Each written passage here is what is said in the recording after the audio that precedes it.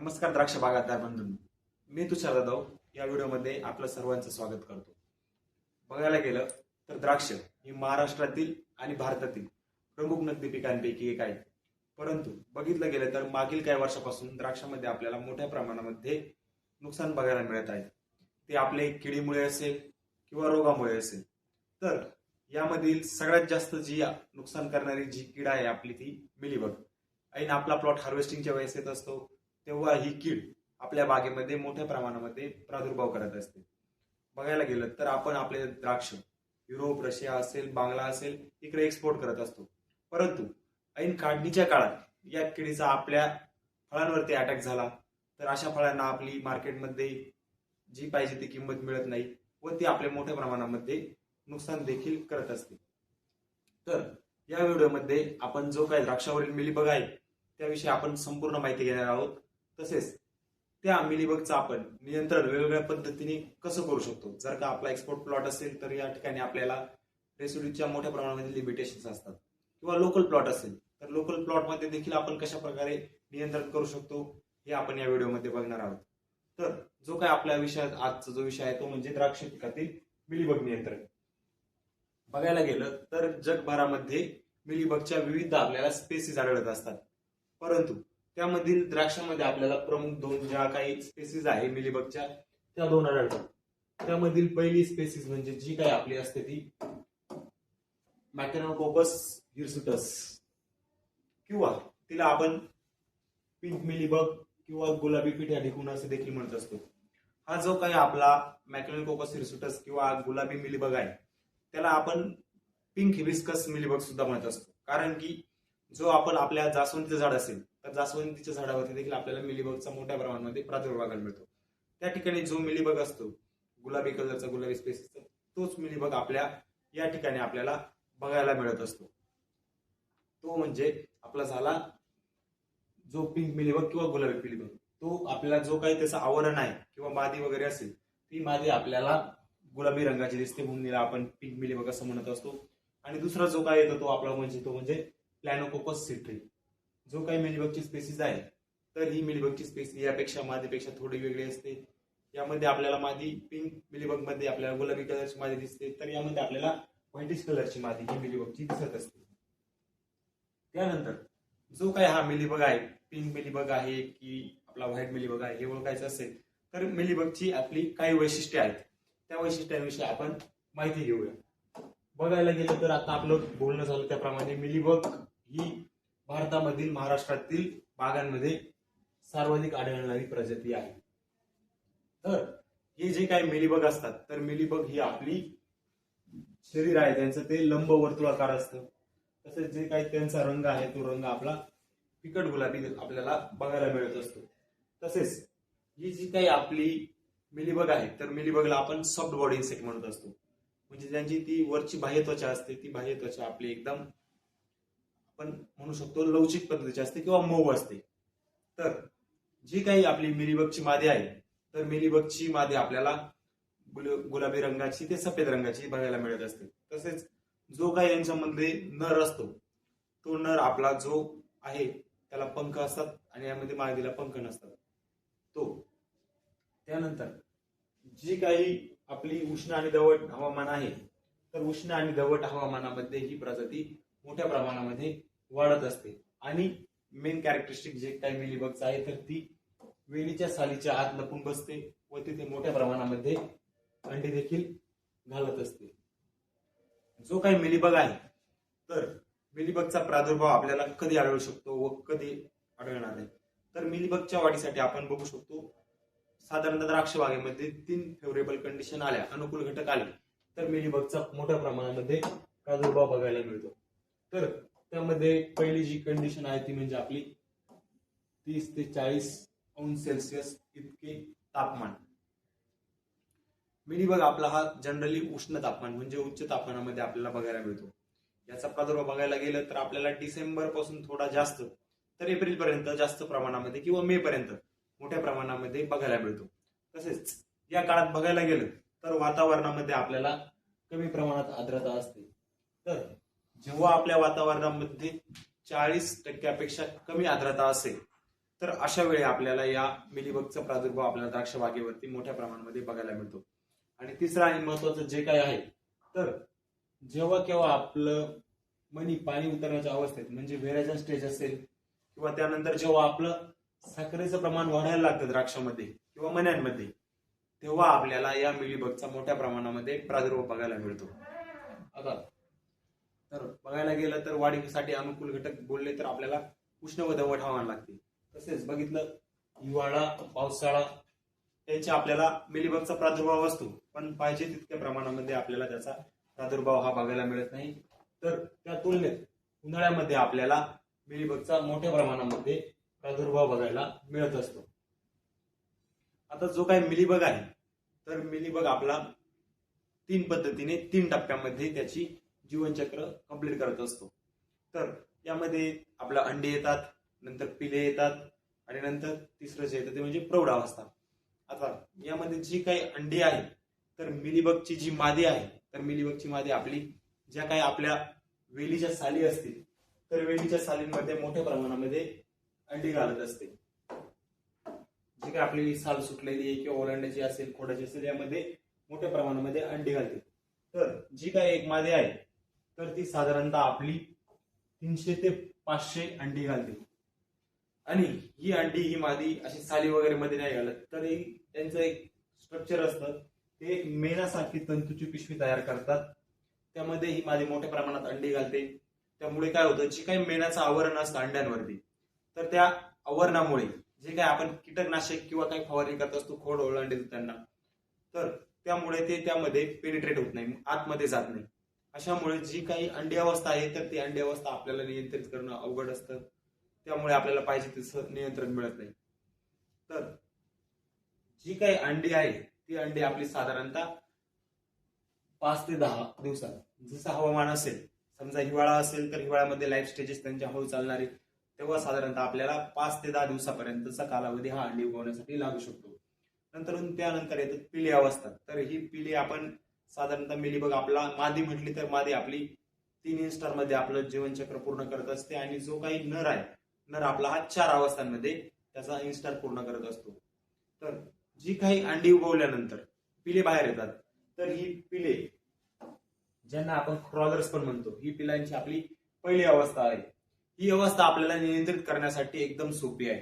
कारण की अशा वेळी जे काही आपला मिलीबग आहे, तर मिलीबगचं जे काही फर्स्ट इन्स्टार असतो क्रॉलर स्टेज, यावेळी जे काही आपण वॅक्सिलेअर किंवा मेनचड थर म्हणू शकतो मिलीबग वरती आपल्याला दिसतो तो वॅक्सिलेअर, तो हा डेव्हलप झालेला नसतो. तर मिलीबगचं नियंत्रण आपल्याला करायचं असेल, तर जो आपला मिलीबगचा फर्स्ट इन्स्टार जो येतो, तर तो आपल्याला त्यावेळी मिलीबगचं नियंत्रण करणं आपल्याला सोपं आहे अशा वेळी. कारण की तो थर सुद्धा डेव्हलप झालेला नसतो. आणि जे काही आपण कीटकनाशकाची फवारणी करणार आहे, तर ते कीटकनाशक देखील आतमध्ये जाऊन आपलं चांगल्या प्रकारे काम करू शकतो. त्यामुळे जे काही आपलं नियंत्रण करायचं असेल आपल्याला, तर आपल्याला फर्स्ट इन्स्टार हा मिलीबगचा माहिती असणं अत्यंत गरजेचं आहे. त्यानंतर जे काही आपला फर्स्ट इन्स्टार असतो किंवा जी काही पिली अवस्था आहे, तर पिली अवस्था ही सर्वात आपण डॅमेजिंग अवस्था म्हणू शकतो. कारण की या अवस्थेपासून आपल्याला प्रादुर्भाव व्हायला सुरुवात होते. तर ही जी काही अवस्था आहे, तर ती आपली 15 ते 25 दिवसांच्या दरम्यान असते. आणि या पिला अवस्थेत काळातच ही कीड आपली जी काय सर्वात जास्त जो काही आपला मधासारखा चिकट पदार्थ असतो, त्याला आपण चिकट्या पण म्हणत असतो, हा या कालावधीमध्ये मोठ्या प्रमाणामध्ये स्रवत असते. त्यामुळे आपले मोठ्या प्रमाणात नुकसान होते.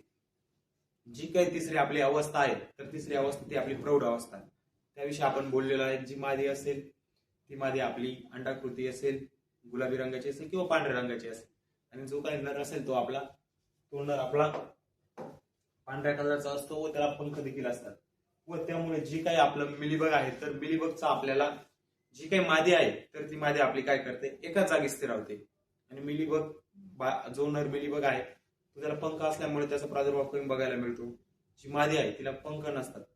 ती एकदा आपली थोडीशी मॅच्युरिटी गेल्यानंतर, प्रौढ अवस्थेत गेल्यानंतर त्या ठिकाणी एकाच जागी स्थिरावते व मोठ्या प्रमाणात अंडी घालते. व तिथे जे काही आपलं न्यूट्रिशन आहे किंवा सेल सॅप आहे, तो सेल सॅप मोठ्या प्रमाणामध्ये तिथून ओढून घेत असते. त्यामुळे बागेमध्ये आपल्याला फक्त जास्तीत जास्त प्रमाणात जो प्रादुर्भाव बघायला मिळतो, तो फक्त आपल्या मादी मिलीबगमुळे बघायला मिळतो. नर मिलीबगचा प्रादुर्भाव मादी मिलीबगच्या तुलनेत अतिशय कमी बघायला मिळत असतो. पुढचं जे काय आहे ते म्हणजे आपला प्रादुर्भाव कालावधी. आता प्रादुर्भाव कालावधीमध्ये बोलायचे झाले तर जो काही मिलीबगचा प्रादुर्भाव आहे तर मिलीबगचा प्रादुर्भाव आपल्याला 12ही महिने बघायला मिळतो. म्हणजे तुमचा हिवाळा असेल, उन्हाळा असेल, पावसाळा अशा वेळी वर्षभर बघायला मिळत असतो. तर जे काही आहे आता द्राक्ष बागेचा आपण बोलायला गेलो तर जेव्हा आपली हार्वेस्टिंग वगैरे होईल तेव्हा जी काही आपली द्राक्षाचं बोलू शकतो आपण आता फळांकडून तोडणी झाल्यानंतर जो काही प्रादुर्भाव आहे तो आपला फक्त शाखीय बागांपर्यंत म्हणजेच आपले पान असेल, पान आणि काड्या यावरतीच आपल्याला मर्यादित बघायला मिळत असतो. याच वेळी आपल्याला काय त्या उपाययोजना करून घेणं गरजेचं आहे जेणेकरून जे काही आपल्या सालींच्या आत वगैरे मिलीबग असेल तो मिलीबग आपल्याला नियंत्रित करणं शक्य होईल. तर जे काही आपलं एप्रिल ते सप्टेंबर महिना आहे तर एप्रिल ते सप्टेंबर महिन्यामध्ये आपल्याला जो काही प्रादुर्भाव आहे तो आपल्याला पाने, खोड आणि फांद्या यावरती बघायला मिळत असतो. कारण की तेव्हा आपले फळे आपल्या झाडावरती नसतात. नंतर जून ते सप्टेंबर हा जो काही कालावधी आहे तर या कालावधीमध्ये आपलं जे काही टेम्परेचर आहे टेम्परेचर पण लो झालेलं असतं, कमी झालेलं असतं आणि वातावरणातील आर्द्रता देखील वाढलेली असते. अशा वेळी जी काही आर्द्रता वाढल्यामुळे ती आपल्या मिलीबग वाढीसाठी अनुकूल नाही. या कालावधीमध्ये जून ते सप्टेंबर जे पावसाळ्याचे महिने आहेत तर यामध्ये आपल्याला त्याचा प्रादुर्भाव कमी बघायला मिळत असतो. तसेच जे काही आपला पाऊस नसेल तर जुलै ऑगस्ट मध्ये सुद्धा देखील आपल्याला मिलीबगची जी काही पॉप्युलेशन आहे, मिलीबगची काही संख्या आहे तर हिचा प्रादुर्भाव आपल्याला बघायला मिळत असतो. आणि नंतर जो काय आपला डिसेंबर महिना स्टार्ट होतो तर डिसेंबर महिन्याच्या स्टार्ट पासून आपल्याला याचा प्रादुर्भाव मोठ्या प्रमाणामध्ये बघायला मिळत असतो. या ठिकाणी आपल्याकडे एक ग्राफ आहे. त्या ग्राफनुसार आपण मिलीबग कधी कधी आपल्याला आढळू शकतो हे थोडक्यात समजून घेऊया. आता बघायला गेलं तर आपण इथे बघू शकता एप्रिल पासून बघायला गेलं तर इथे एप्रिल मध्ये आपल्याला प्रादुर्भाव बघायला मिळतोय. त्यानंतर कमी होत होत होत होत तो आपला जून मध्ये कमी झालेला. तर जून पासून तुम्ही बघू शकता परत सप्टेंबर पासून थोडा थोडा वाढायला लागलेला. त्यानंतर डिसेंबर पासून वाढायला लागला. तर जो काही पीक पिरियड आहे तो पीक पिरियड आपण एप्रिल महिन्यात म्हणजे जो काही कंडिशन्स आहेत त्याच्यासाठी अनुकूल तर ते आपल्याला साधारणतः जे काही डिसेंबर पासून ते एप्रिल पासून त्याचा पीक पिरियड आहे ग्रोथचा त्यामध्ये आपल्याला त्याचा प्रादुर्भाव जास्त बघायला मिळतो. त्यानंतर जे काही आता मिलीबग आहे तर मिलीबग मुळे नुकसान कसं होऊ शकतं तर जी काही प्रौढ मादी असेल किंवा पिल्ले असतील तर ते आपले सगळं मादी मिलीबग आणि जो काही पिल्ले अवस्था असेल ती आपली कोवळ्या फुटी, पाने, देठ आणि घड यामधून सगळ्यामधून जे काही रस शोषण आहे ते रस शोषण करू शकतात. त्यानंतर जेव्हा आपल्या कोवळ्या फुटीवर प्रादुर्भाव होणार आहे, जेव्हा आपल्या झाडावरती घड नसणार तेव्हा प्रादुर्भाव होणार आहे, तेव्हा आपला पानांचा आकार वाकडा तिकडा होणार आहे. त्यानंतर जी काही कोवळ्या फुटी आहेत तर कोवळ्या फुटींवरती प्रादुर्भाव झाल्यास त्या कोवळ्या फुटींची वाढ मोठ्या प्रमाणामध्ये खुंटते. वाढ खुंटल्यामुळे जो काही आपल्याला अपेक्षित प्रमाणामध्ये फोटोसिंथेसिस पाहिजे, प्रकाश संश्लेषण क्रिया पाहिजे, प्रकाश संश्लेषण क्रिया देखील मंदावते व त्यामुळे जी काही आपली काडी करणारे आपण समजा खरड छाटणीचा विचार केला तर आपल्याला आपला मेन उद्देश आहे ती काडी करणे. तर अशा ठिकाणी जी काही आपल्याला काडी आहे तर ती काडी तयार होण्यासाठी मोठ्या प्रमाणामध्ये समस्या देखील येऊ शकतात. तसेच याचा प्रादुर्भाव आपल्याला जो काही सीझन आहे या सीझनवरतीच बघायला मिळणार नाही तर पुढचा जो काही आपला सीझन येणार आहे समजा खड छाटणीमध्ये प्रादुर्भाव असेल तर गोळीबार छाटणीमध्ये आपल्याला काडी परिपक्व झाली नाही तर आपल्याला जो काही आपला माल निघणार आहे तर तो माल आपल्याला कमकुवत झालेला बघायला मिळेल किंवा काही ठिकाणी आपल्याला माल देखील बघायला मिळणार नाही. या किडीचं मुख्य वैशिष्ट्य झालं तर ती कीड आपल्या शरीरामधून एक मधासारखा चिकट पदार्थ स्रवते. असा आपण बघितलं तर बऱ्याच भागात त्याला चिकट्या पण म्हणतात. असा चिकट पदार्थ स्रवल्यामुळे जी काही वातावरणातले जे काही पॅरामीटर्स आहेत तर याला अनुसरून या ठिकाणी बघू शकता अशा काळ्या प्रकारची आपल्याला मण्यांवरती बुरशी जी आहे ती वाढलेली दिसत असते. याला भरपूर भागामध्ये काजळी देखील म्हणतात, काही ठिकाणी कोळशी म्हणतात, काही ठिकाणी सुटी मोल्ड पण म्हणतात, हिचा आपल्याला मोठ्या प्रमाणामध्ये प्रादुर्भाव बघायला मिळत असतो. आता तर हे कशामुळे होते आणि त्याला नियंत्रित कसं करू शकतो याविषयी आपण माहिती घेणार आहे. तसेच मिलीबगचं अजून मेन वैशिष्ट्य आहे, मिलीबगचा जेव्हा आपल्या फळावरती प्रादुर्भाव होणार आहे, जेव्हा आपल्या मण्यांमधून तो आपला रस शोषण करणार आहे, तेव्हा आपल्याला त्या ठिकाणी आपले जे काही मणी आहे तर मणी तडकण्याचं प्रमाण देखील आपल्याला वाढलेलं बघायला मिळू शकतं. तर मिलीबग नियंत्रणासाठी आपण एक्सपोर्ट प्लॉट असेल तर आपल्याला मोठ्या प्रमाणामध्ये लिमिटेशन असतात, रेसोडीच्या मर्यादा असतात. त्यासाठी मग असे प्लॉट आहेत तर अशा प्लॉटमध्ये आपण मिलीबग कसं नियंत्रित करू शकतो, तर अशा ठिकाणी आपण जे काही आपलं इंटिग्रेटेड पेस्ट मॅनेजमेंट म्हणू शकतो, एकात्मिक कीड नियंत्रण, याचा वापर करून आपल्याला मिलीबग नियंत्रित करणं आवश्यक आहे. तर यामध्ये आपल्या मशागतीय उपाययोजना येऊ शकतात किंवा काही यांत्रिक उपाययोजना येऊ शकतात. जैविक, आता एक्सपोर्टच्या दृष्टीने जैविक ही महत्वाची बाब आहे, कारण की अशा ठिकाणी मशागतीय उपाययोजना किंवा यांत्रिक उपाययोजना तर रासायनिक उपाययोजना करणं थोडेसे अवघड आहे. मग अशा वेळी आपण जैविककडे भर दिला पाहिजे. तर त्यामध्ये पहिलं जे काही येतं आपलं एकात्मिक कीड व्यवस्थापनामध्ये त्या म्हणजे आपल्या मशागतीय उपाययोजना. तर जे काही आपण बोललो तर मिलीबगची मादी ही आपली जे काही सुटलेली साल असेल, फांद्याची असेल, ओलांड्यांची असेल किंवा खोडाची असेल, तर यामध्ये अंडी देत असेल. तर छाटणी झाल्यानंतर पहिले जे काही काम आहे तर ते आपल्याला काय करायचं, ती ओलांड्यांवरील सैल झालेली साल काढायची आहे आणि ती साल काढल्यानंतर त्यावरती तुम्ही कीटकनाशकांची फवारणी करू शकता किंवा डायरेक्टली ती साल तुम्ही जाळून कीटकनाशकांची फवारणी करून जाळून देखील टाकू शकतात.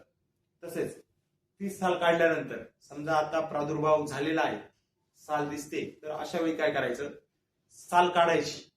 त्यानंतर जे काही आपलं पोतं असेल, जे आपलं सुती पोतं भेटतं आपल्याला, ते भेटत असेल तर अशा पोत्याच्या साहाय्याने जे काही खोड किंवा झाड असेल, ओलांडा असेल, तर तो ओलांडा आपल्याला खरवडून घ्यायचा आहे. जेणेकरून जेव्हा आपण खरवडणार आहे त्या ठिकाणी जी काही आपली मिलीबगची पिली अवस्था असेल किंवा जी काही मादी असेल किंवा अंडे असतील, ते सर्व घासले गेल्यामुळे सर्व प्रकारचे जी काही कीड किंवा ती अवस्था असतील, अंडी असेल, पिले असतील किंवा प्रौढ अवस्था असेल, तर अशा सगळ्या अवस्था आपल्याला नियंत्रित होण्यास मदत होणार आहे. तसेच जे काही वेली आहेत तर त्या वेलींवरती जास्त प्रादुर्भाव असल्यास अशा वेळी आपल्याला स्पॉट करणं गरजेचं आहे, त्यांना आयडेंटिफिकेशन मार्क देणं गरजेचं आहे. तेवढ्याच वेलींसाठी आपल्याला ट्रीटमेंट घेणं गरजेचं आहे. अशा वेळी आपण जे काही मिलीबगचा प्रादुर्भाव असेल, समजा अतिप्रादुर्भाव असेल एखाद्या घडावरती किंवा याच्यावरती, तर तो मिलीबगचा जो काही घड आहे तर तो घड आपण तोडून बागेतून बाहेर नेऊन टाकायचा, त्यावरती कीटकनाशकांची फवारणी करू शकता किंवा त्याला जाळून टाकू शकता. अशा वेळी जो काही प्रादुर्भावग्रस्त घड असेल तर तो घड आपल्याला आपल्या बागेबाहेर नेणं गरजेचं आहे. त्यानंतर जे काही आपलं खोड आहे तर खोडाला जमिनीपासून आपल्याला अर्धा फूट उंचीवर प्लास्टिकची पट्टी किंवा ग्रीजचा जो काही पट्टा असतो तो ग्रीजचा पट्टा आपल्याला लावणं गरजेचं आहे. कारण की जे काही आपली क्रॉलर स्टेज आहे तर ती क्रॉलर स्टेज आपली जमिनीकडून वरती येत असते. अशा वेळी जी काही प्लास्टिकची शीट असेल, प्लास्टिकची पट्टी असेल किंवा ग्रीज असेल, अशा ठिकाणी त्याला मोठ्या प्रमाणामध्ये डिस्टर्बन्स येऊन वरती झाडावरती येण्यासाठी डिस्टर्बन्स येऊन ती आपली जी काही कीड आहे तर ती कीड आपल्या फळाकडे येणार नाही, त्या ठिकाणावरून आपल्याला त्याचं नियंत्रण करण्यास मदत होणार आहे. तसेच जी काही कीड आहे तर या किडीचा प्रसार आपला जो काय आहे तो मुंग्यांमुळे होत असतो.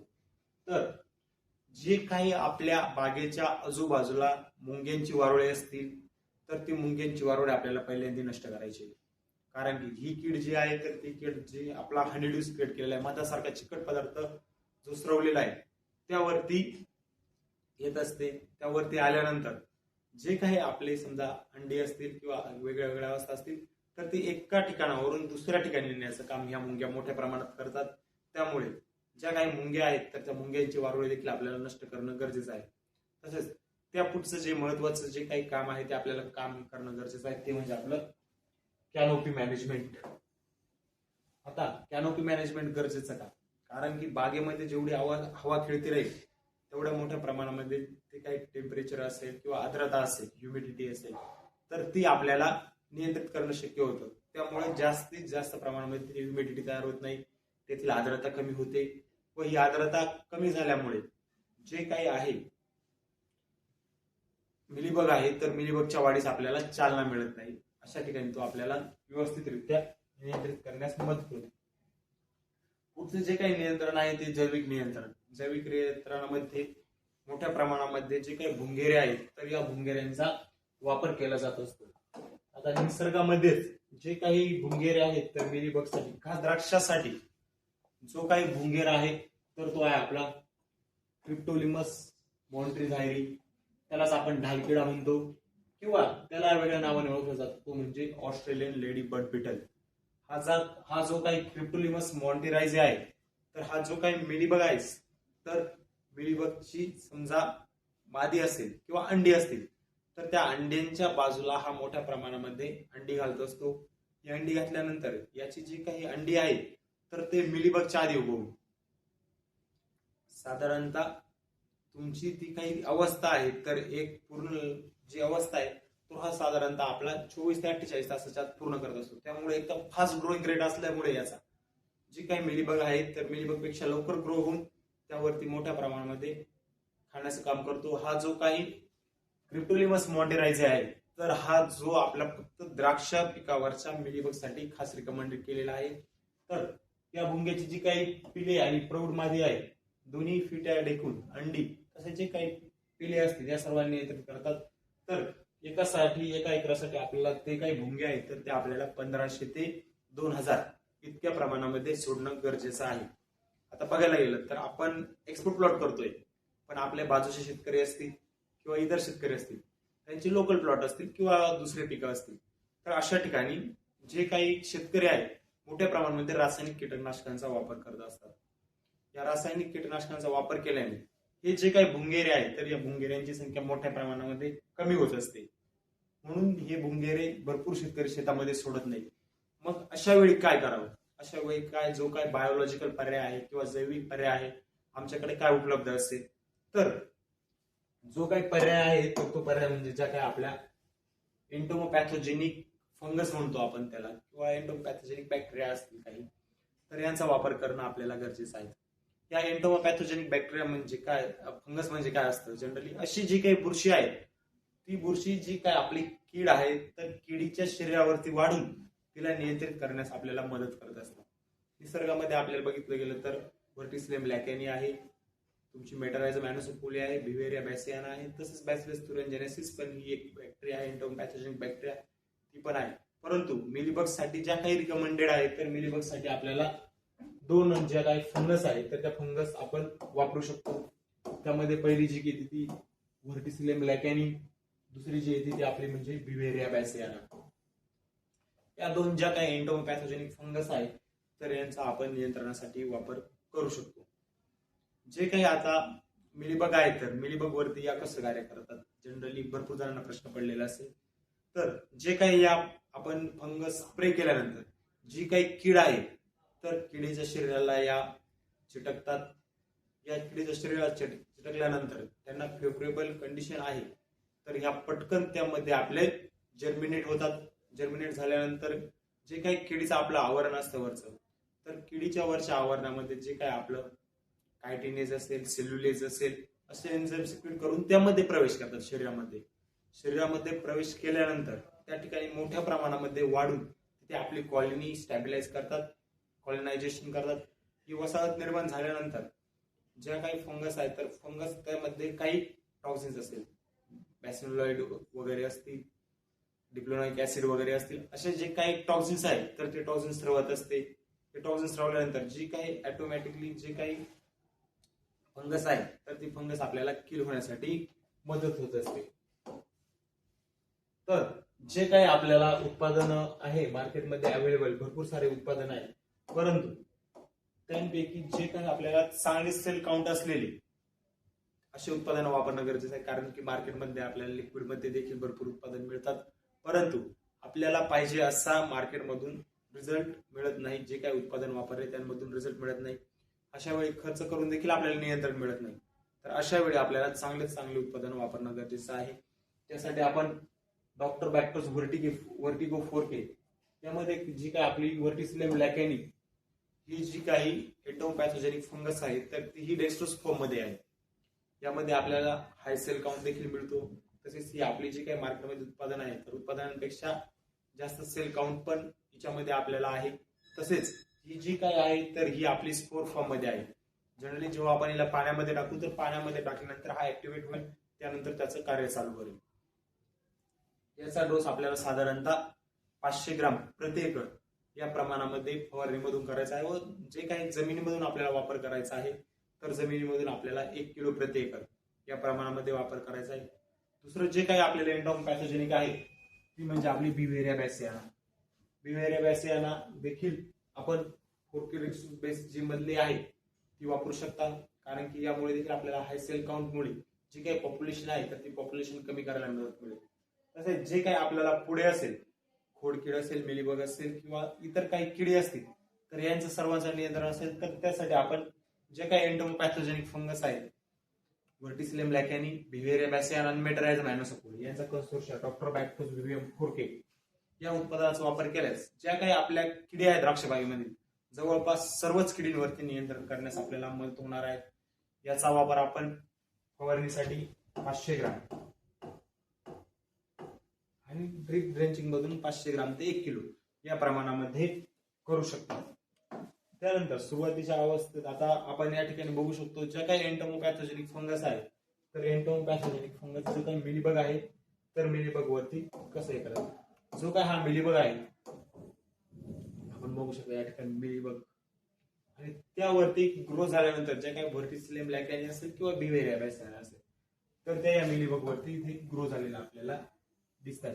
या ठिकाणी आपल्याला जी काही बुरशीची जी काही व्हाईटिश ग्रोथ आहे तर ती व्हाईटिश ग्रोथ आपल्याला त्यावरती झालेली दिसत आहे, म्हणजे बुरशीने त्यावरती ग्रोथ केलेली आहे आणि त्या किडीला इम्पॅक्ट करणं सुरू केलेलं आहे.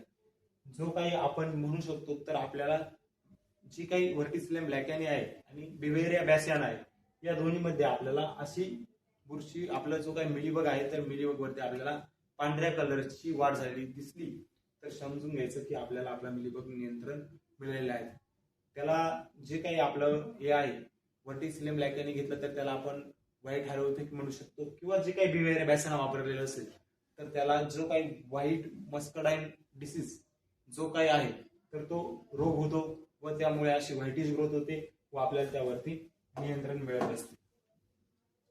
जे काय आता आपण केमिकल नियंत्रण बोलू, आता एक्सपोर्टच्या प्लॉट वरती आपण केमिकलचं बघितलं तर जे काही आहे तर त्यामध्ये नियंत्रणामध्ये आपण सुरुवातीपासूनच जे काय आहे तर त्यामध्ये इमिडाक्लोप्रिड जे काही मार्केटमध्ये असेल कॉन्फिडर नावाने मिळेल किंवा सुपर कॉन्फिडर असेल यांचा आपण जे काही द्राक्षाची MRL आहे अनेकचर नुसार त्या प्रमाणामध्ये व जो काही पीएच आहे त्यानुसार आपण वापर करू शकतात. दुसरं जे काही लॅम्बडा सायलोथ्रिन याचा देखील आपण पीएच नुसार वापर करू शकतो. त्यानंतर जे काही क्लोथेनाइडिन येतं आपलं 50% वाला मार्केटमध्ये डेंटास नावाने मिळेल किंवा इंडिटॉप नावाने पण मिळतं, हे आपण वापरू शकता. हे आपल्याला वापरायचं आहे. परंतु जे काय आपलं जुनं अॅनेक्चर होतं तर अॅनेक्चर मध्ये होतं, परंतु जे काय आता नवीन अॅनेक्चर आलेले आहे तर त्या अॅनेक्चर मध्ये जे काही सॉइल ऍप्लिकेशन आहे तर सॉइल ऍप्लिकेशन मधून याला रिमूव्ह करण्यात आलेला आहे.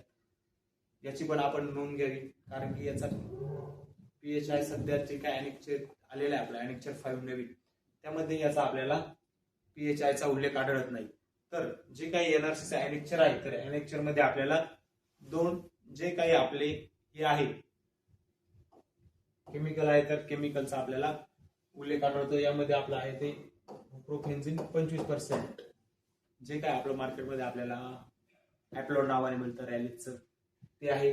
याचा वापर आपण साधारणतः याचा पीएच आपल्याला 65 दिवसाचा आहे. तर 65 दिवसाचा आहे म्हणजे असं नाही की आपल्याला हे स्प्रे करू शकतो, याला आपल्याला गडावरती याचा स्प्रे घ्यायचा नाही. एनआरसीने याचा पीएच 65 जर दिलेला असेल तरी याचा आपल्याला गडावरती स्प्रे घेणं टाळायचे आहे. सुरुवातीलाच आपण जे काही खोड ओलांडे असेल तर खोड ओलांडे धुण्यासाठी आपण याचा वापर करू शकतो. दुसरं जे काय आहे ते पायरोटेट्रामाइड ओडी, म्हणजे जे काही आपल्या मार्केटमध्ये मुव्हेंट ओडी नावाने मिळते बाहेर कंपनीचे, ते देखील आपलं जे काही एनआरसीची लिस्ट आहे तर एनआरसीच्या लिस्ट मध्ये आपल्याला रिकमेंड करण्यात आलेले आहे. जे काही आपण आता मिलीबग विषयी बघितलं किंवा आपल्या बागेतील मिलीबग आपल्याला नियंत्रित होत नसेल आणि आपल्याला आपल्या द्राक्षाचं पूर्ण मार्गदर्शन लागत असेल, छाटणीपासून तर काढणीपर्यंत. जी काही खरड छाटणी असेल किंवा गोडीबार छाटणी असेल, कोणत्या पण छाटणीचं काढणीपासून आणि कोणत्या पण व्हरायटीचं आपल्याला मार्गदर्शन हवं असेल तर हे जे काही आमचं मोबाईल ऍप्लिकेशन आहे आनंद क्रॉप गुरु, हे तुम्ही डाउनलोड करू शकता. यामध्ये आपल्याला फक्त जे काय आपलं खत व्यवस्थापन किंवा फवारणी व्यवस्थापन किंवा किडींची माहिती वगैरे मिळणार नाही, तर जे काय आपलं मराठी असेल, हिंदी असेल, इंग्लिश असेल, या तिन्ही भाषेमध्ये द्राक्षाचा आपल्याला शेड्यूल मिळेल. अगदी तेही आपल्याला पिकाची जी काही व्हरायटी आहे त्या व्हरायटीनुसार, तुमच्या जमिनीचा प्रकार काय आहे, प्रकारानुसार, मग तुमची जमीन हलकी असो, भारी असो, चुनखडी असो, क्षारयुक्त असो, कशीही जमीन असो, जमिनीच्या प्रकारामध्ये तुम्हाला शेड्यूल मिळणार आहे. तसेच जे काही आपल्या वातावरणात अचानक बदल होत आहे, तर यामुळे आपली द्राक्ष शेती मोठ्या प्रमाणात चॅलेंजिंग झालेली आहे. तर या वातावरणानुसार देखील आपल्याला आपली जे काही आहे ते शेड्यूल मिळणार आहे. तसेच गरजेनुसार प्लॉट व्हिजिट सुविधा देखील आपल्याला या ऍप्लिकेशन मध्ये उपलब्ध आहेत. हा आजचा मिलीबगचा व्हिडिओ तुम्हाला कसा वाटला हे नक्की आम्हाला कळवा. तसेच जे काही मिलीबग विषयी आपल्याला काही हे असेल, डाऊट असतील किंवा काही प्रश्न असतील तर ते आम्हाला कमेंट बॉक्स मध्ये तुम्ही नक्की विचारा. जर आपण आनंद ॲग्रो केअरच्या चॅनलवरती नवीन असाल तर आनंद ॲग्रो केअरच्या युट्यूब चॅनलला नक्की सबस्क्राईब करा आणि बेल आयकॉन नक्की प्रेस करा, जेणेकरून जे काय आम्ही तुमच्यासाठी नवनवीन व्हिडिओ आणणार आहेत तर ते तुम्हाला वेळेवर मिळतील. तसेच हा व्हिडिओ आपल्याला आवडला असेल तर हा व्हिडिओ जास्तीत जास्त शेतकरी बांधवांपर्यंत शेअर करा, लाईक करा, कमेंट करा. धन्यवाद.